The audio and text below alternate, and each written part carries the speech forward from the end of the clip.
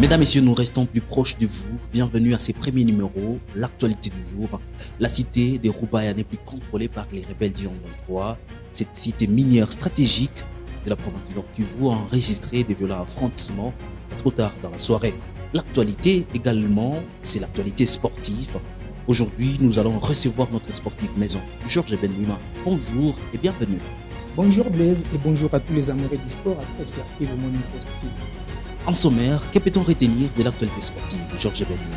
Merci beaucoup Blaise. Ce week-end a été dominé par les interclubs de la CAF, la formation du tout-puissant Mazembe qui joue à domicile devant la formation des Monastir. Malheureusement, les Corbeaux ont laissé leur peau à domicile devant une formation de la Tunisie sur les scores de 0-2. C'est déjà une deuxième défaite consécutive pour les poulains du coach Pamphile Miayo. Mazembe sera dans l'obligation de se relancer lors de la 4e journée. Donc ça passera ou ça cassera pour les Corbeaux qui avaient perdu d'abord en déplacement devant la formation des Young Africa, mais aussi devant l'équipe des Monastir.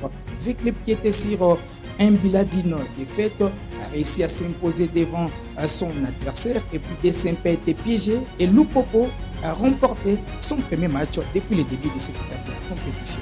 Ça sera donc ça l'ossature de cette actualité du jour. Avant de poursuivre, abonnez-vous à la chaîne pour découvrir l'intégralité de la vidéo.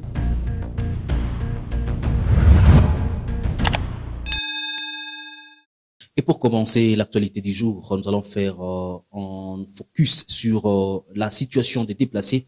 Vous le savez, hier, Saké s'est vidé de ses habitants et plusieurs d'entre eux sont partis vers Boulengo. La population souffre une situation déplorable. Vivez la situation des déplacés en images.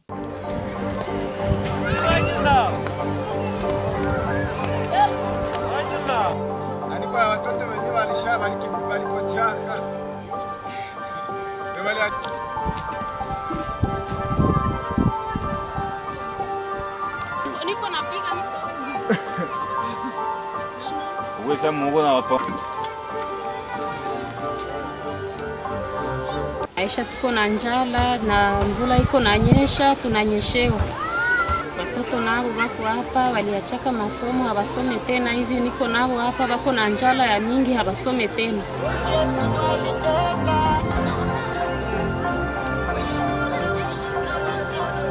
Boga yenye tuko na kuwa na boga juu saa wako nafika mu entité fulani wanaitisha marenyo, wakishaitisha marenyo sasa wanafanya marenyo, mtakuwa wa victime wa moya watauawa, wengine wanapelekwa mjeshi yao ya M23. Tunaomba kwa serikali tutetee asie wakaaji wa ngazi za chini ili tusiendelee kusumbuka kama vile gisi tuko na sumbuka. La guerre à l'est de la République démocratique du Congo, doit-on se battre ou dialoguer? Magloire Paluku, ancien directeur de la radio Kivu 1 en ville du Goma, propose un dialogue. Pour lui, il est inutile d'être orgueilleux et voir ces entités être occupées par les rebelles du 23.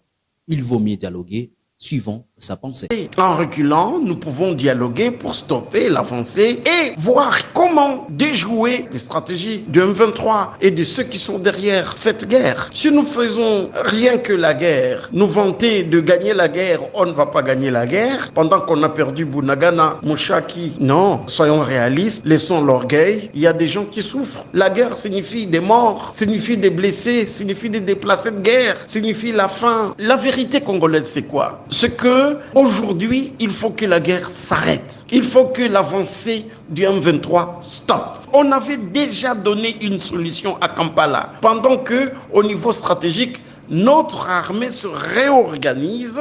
Il faut empêcher que nous soyons ridicules aux yeux du monde. Si le M23 prenait Goma et que maintenant ils ont le temps de faire atterrir les avions à l'aéroport, entamer une guerre avec des armes lourdes, qu'est-ce que nous allons devenir? La voie pacifique doit toujours réussir. Elle ne rate jamais. C'est question d'être sincère sur la table des négociations. Toutes les guerres se terminent par des négociations. Rappelez-vous de la date du 20 novembre 2012. Joseph Kabila, dès le matin à 6 heures, il avait fait une interview pour accepter le dialogue quand la vie de Goma tombait. Il n'y a pas d'autre alternative. Ceux qui sont là pour dire allons-y à la la guerre, battons-nous. Ils n'ont pas des parents là-bas, ou ils n'ont pas quelqu'un qui a faim, quelqu'un qui est en train de souffrir. C'est le moment de penser aux déplacés de guerre, aux gens qui tombent, à nos militaires. Épargnons le drame. Les sports va également nous intéresser. Georges Ben Mouima, notre sportif maison,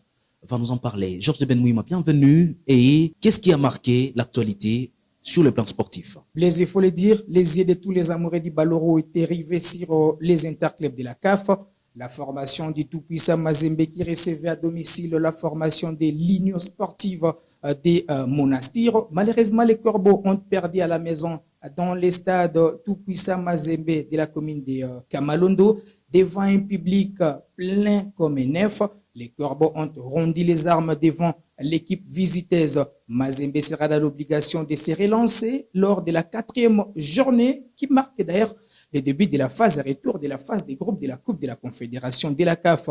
Les Corbeaux sont désormais sur un bilan de 2 défaites consécutives devant respectivement la formation des Young Africans de la Tanzanie et l'équipe de l'IS Monastir de la Tunisie. L'autre club congolais, c'était l'FC Saint-Éloi Lupopo qui était aussi dans l'obligation de s'imposer pour se relancer. Lupopo qui était sur un bilan de 2 matchs et 2 défaites a réussi quand même à s'imposer devant l'équipe libyenne au stade Lévi Monawassa. Nous sommes en Zambie. Serlinik B marqué par Bola Lobota Emmanuel, l'ancien joueur de l'AS Nyuki de Butembo, passé par les derniers clubs Motema Pembe. Lupopo donc peut désormais se relancer dans la course pour la qualification en Coupe de la Confédération de la CAF.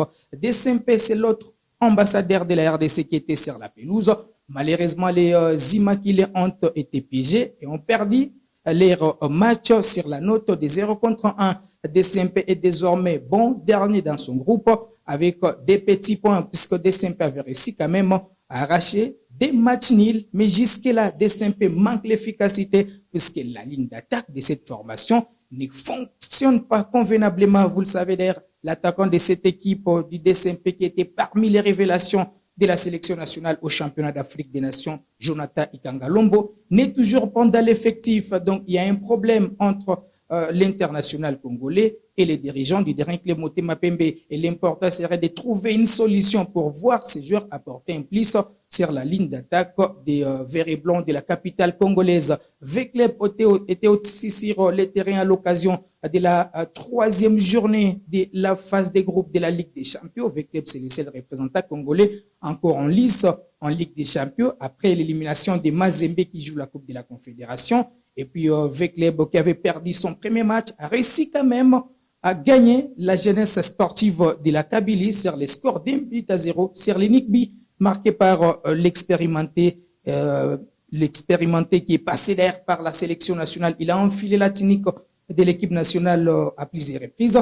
Il s'agit de Lema Mabedi, V-Club qui joue déjà ce vendredi son match en retard de la première journée. Ça sera face au Wydad Athletic Club de Casablanca. Je vais vous retenir un peu Georges Ben Mouima, Lionel Messi qui reçoit le prix de la FIFA. Parle-nous un peu. Allez Blaise, l'international argentin est désormais des nouveaux sommets du football mondial. Lionel Messi a remporté les trophées de la Fédération internationale de football association, récompensant les meilleurs joueurs de l'année. Il a dévancé son coéquipier en club, Kylian Mbappé, mais également Karim Benzema. Et donc pour remporter ces trophées, Lionel Messi a convaincu les journalistes, les sélectionneurs des équipes nationales, mais également les capitaines des différentes sélections pour détrôner Robert Lewandowski qui était tenant du titre de ces trophées dit Ballon d'Or FIFA. Donc Lionel Messi est désormais au sommet de son art après ces trophées remportés en 2019. 3 ans plus tard, Lionel Messi revient avec force. Il a dévancé, bien sûr, celui qui était le meilleur buteur de la dernière Coupe du Monde, Kylian Mbappé, mais également finaliste malheureux de cette Coupe du Monde, sans oublier plutôt Karim Benzema, qui reste les Ballons d'Or et qui a remporté la compétition de l'UEFA Champions League. Dans ce même chapitre, Blaise, celui qui a remporté les trophées 10 meilleurs gardiens, c'est les portiers de la sélection argentine pour avoir remporté la Coupe du Monde avec Lionel Messi et leur sélectionneur, bien sûr, remporté les trophées de l'entraîneur de l'année. Et ça sera tout pour l'actualité du jour. Merci à Gide Massiri Kadere, la caméra, assisté par Zawadi Merveille. On se retrouve très prochainement avec le même plaisir. Portez-vous bien.